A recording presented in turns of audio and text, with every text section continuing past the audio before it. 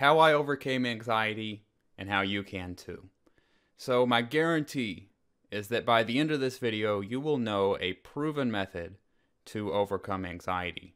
And this is a way to relieve anxiety in the short term and the long term as well. But why should you listen to me?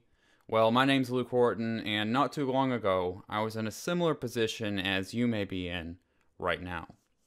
So I always struggled with anxiety and low self-esteem. So a few years ago, about 4 years ago, I took up meditation to see if it would help. And early on, I saw a lot of benefits. I was feeling calmer, I had an easier time focusing at work, and I really liked it. I saw a lot of benefit. Now fast forward 2 years from there, and then at that point, I was working at a tech startup, which was taking a ton of hours. I was trying to start a business on the side in my spare time. I was drinking way too much coffee. And then on top of all of that, I was recently engaged to my now wife, and we were planning a wedding. But I thought I had it under control. You know, I felt really stressed. My body felt achy. But I was doing my daily meditation, and I thought I was managing the anxiety well. Well, then one morning, I got a wake-up call. I think it was around maybe 9:30 on a Wednesday. And I was sitting at my desk at work, trying to get something done, but my mind was just racing with everything that was going on at the time. And the thoughts were coming on really intensely, and I was starting to feel overwhelmed. And all of a sudden, I started feeling lightheaded, and I just said to myself, hey, you need to chill out. Like, this is too much. And so I leaned back in my chair to try to relax. And then next thing I knew, I was drenched in sweat, and 4 of my coworkers were carrying me to a nearby couch in the office. And I remember I looked up, they were carrying me, and I looked up and I said, what happened? Did I faint? And one of the guys said, yeah, you did. And it turns out I had a really intense panic attack at my desk, and I fainted, and I was unconscious for over a minute. And so I sat down on the couch, and everyone was like, hey, what happened? Like, what do you think happened? And I was like, I don't know. I think it was just anxiety. I was like thinking about all this stuff, and then next thing I knew, y'all were carrying me. And somebody was like, well, we called 911. Paramedics will be here in just a minute. And so the paramedics got there, and they checked my blood pressure, and they asked some questions, and by that point, I was starting to feel a little bit better, so I signed a waiver saying I didn't want an ambulance ride. So shortly after that, I went home early from work, and when I got home, I just started feeling so embarrassed. Partly I was embarrassed because, I fainted in front of all my coworkers, and I made this big ordeal, like it disrupted the entire office. But that was only part of why I was embarrassed. What I was mainly and mostly embarrassed about was that I thought I had the anxiety under control. I was doing this meditation every day, and I thought I was managing the anxiety well.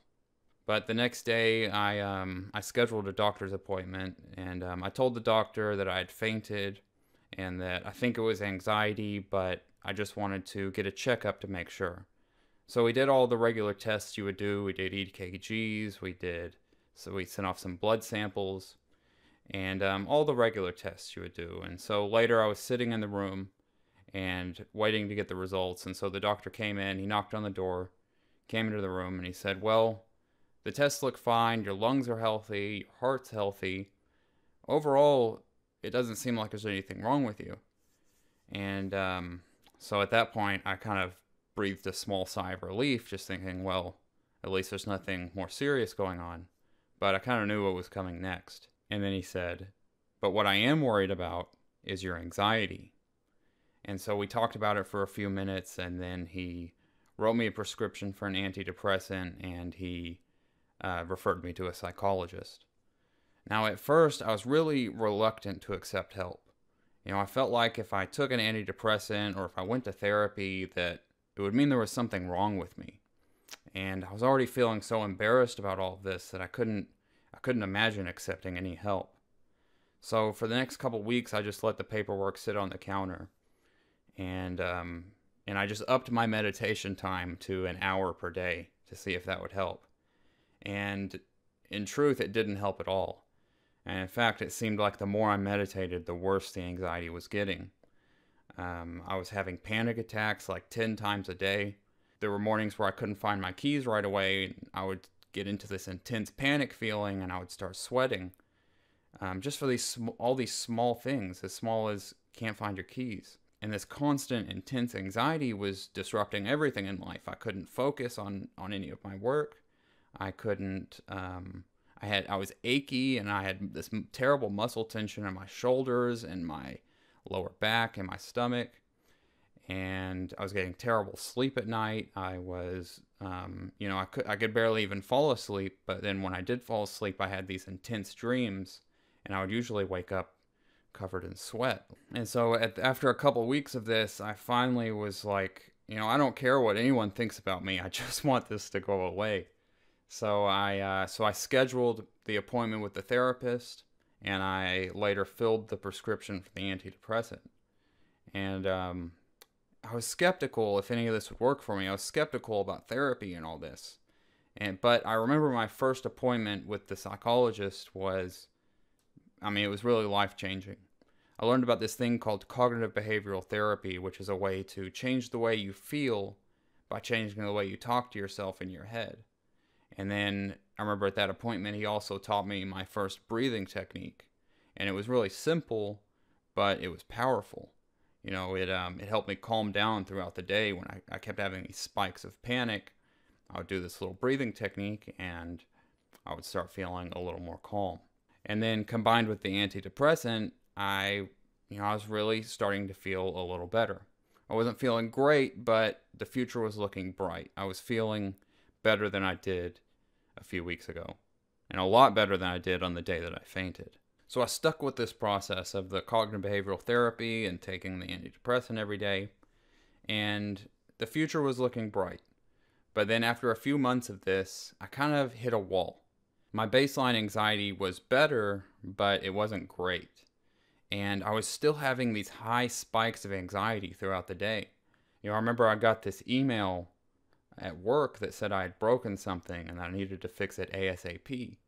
I remember as I was reading it, again, I was just instantly sweating all over, and I was getting lightheaded and thought I was going to faint again like I had a few months earlier. And, I was just like, what am I going to do? Like, the CBT and the antidepressants were helping the anxiety, but the anxiety was far from gone. And so, I was feeling a little confused. I didn't know what to do. But then I saw this TED Talk by a guy named Alan Watkins. And the title of the TED Talk was How to Be Brilliant Every Single Day. And in the talk, he discussed how people can control their emotional states by regulating their breathing in this certain way. He brought a volunteer up on stage, and he had them clip this little heart rate monitor to their earlobe. And their heart rate was projected up on the screen for everybody to see. And it was also displayed, the heart rate was displayed on a graph that showed how it was changing over time. And in the beginning, the speaker, Alan Watkins, was kind of agitating the volunteer. He was like poking him and making fun of him. And at first, the volunteer's heart rate looked like this. And I'll post a picture here. It's kind of unpredictable, and it's jagged, and it's got all these really sharp, pointy, all these sharp points. But then Watkins had the volunteer breathe at a steady rhythm of 5 seconds in, 5 seconds out.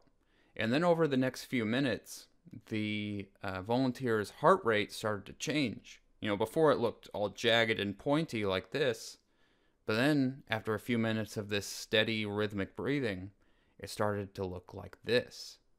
And I didn't know what this meant at the time, but I could tell that the second one was better.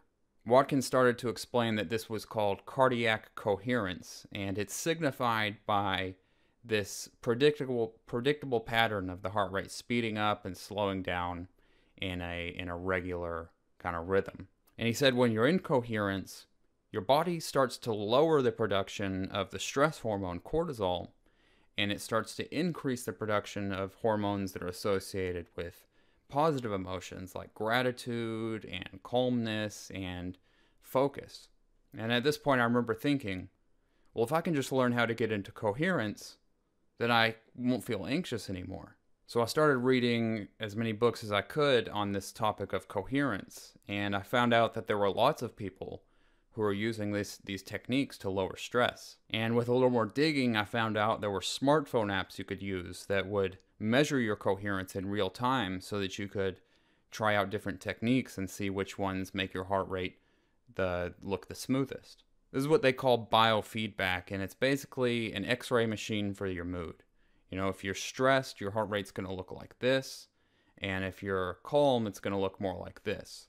And so by using this biofeedback, you can kind of make adjustments in real time, either to your breathing or to what you're thinking about, and you can get your heart rate to take on this nice, smooth, rhythmic pattern. So I ended up ordering one of these heart rate monitors, and I found an app that I could use.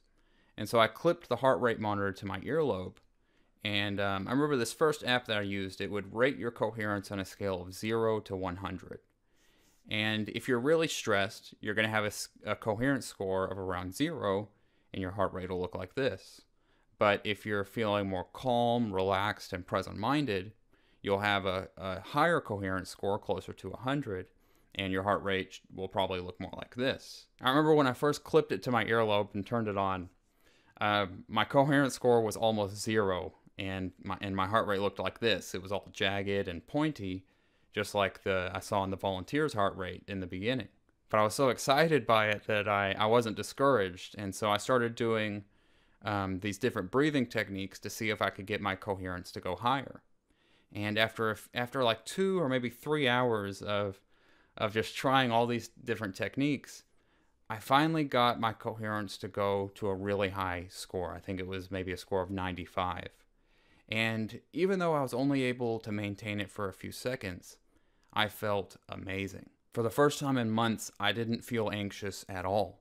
I felt totally present. I felt totally relaxed. And to put it simply, I felt amazing. And what was crazy was that even though I was only in coherence for a few seconds, this feeling carried with me for the rest of the day. This feeling of calmness and relaxation and presence it just stuck with me. So I started doing the biofeedback every day, and I was seeing some amazing results. Every morning I was using this heart rate monitor, and I was getting my stress levels really low to start the day. And this would just carry me through the day, and I basically wasn't feeling anxiety. Now, by this point, I'd been taking the antidepressant for about 3 months, and there was something I didn't like about it, and I really wanted to stop taking it. But I was nervous, you know? What if I stopped taking it and the anxiety came back, and then what if I had a panic attack and fainted again? And so, you know, I was, as good as I was feeling with this biofeedback, I was nervous about what would happen if I stopped taking the antidepressant.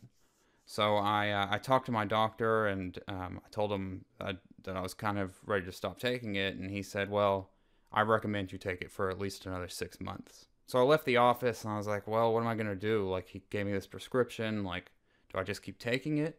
But ultimately, I never went to the pharmacy to fill that prescription. You know, I wanted to learn how to manage my anxiety with breathing and biofeedback. And I wanted to learn how to be in coherence all the time without the help of anything, like ultimately without even needing the biofeedback. Now, I wouldn't recommend that you go against your doctor's recommendations and stop taking prescriptions just because you feel like it, but for me at the time, it was the only thing that made sense. So over the next week or so, I kind of tapered my dosage, and I just ended up stopped taking it altogether. And the next 2 weeks after that were a little challenging. My baseline anxiety was starting to creep up a little bit higher, but every day I would clip this heart rate monitor to my earlobe, I would do my breathing techniques, and I would spend 10 to 20 minutes in coherence, and the anxiety would settle back down. And the more I practiced, the easier it became to get into coherence. You know, at first it would take me 20 or 30 minutes to get into a nice coherent state, but with a little practice, I was able to get into coherence in like 20 or 30 seconds. And with this new skill, I no longer felt like anxiety controlled me. I felt like I had control of the anxiety. Every time I would feel a spike of anxiety, I would come back to this coherent state, And after a few months of this, maybe even just like 6 weeks of this, it felt like I had reprogrammed my brain. Before, my brain's default action was to panic at any kind of small inconvenience. But after 2 or 3 months of just constantly catching the anxiety, coming back to coherence, catching the anxiety, coming back to coherence, my brain really felt reprogrammed. Its default action was not to go into panic like it was before. It was to try to stay in this coherent state. Now, I remember when there came a point where I was like, man, I can't remember the last time I had a panic attack. Like, I think it's been over a month, maybe 2 months. And for the first time in my life, I felt confident in saying that I had overcome anxiety. And it's funny because in the beginning, my goal was to get rid of the anxiety, to somehow just push it down and pretend it's not there. But I learned that you can't get rid of anxiety by force. You know, the harder you push it down, the harder it pushes back up. And so what I learned to do instead was, instead of suppressing the anxiety, I just learned to be more coherent and to bring coherence into every aspect of life. And so my next couple videos that I'm going to upload are going to be all about coherence and how you can use it to overcome anxiety. In the next video, I'll teach you exactly what coherence is and why it works for everyone. And then in the video after that, I'll teach you my best techniques to get into coherence. So those videos will be coming out in the next week. If you want to get notified when they come out, you can just click the subscribe button and the notification bell. Once that video is uploaded, I'll put the link down in the description in case you're watching this later. If you know anyone who this video might help, feel free to share it with them. Keep an eye out for my next video. Thank you so much for watching, and I will see you in the next one.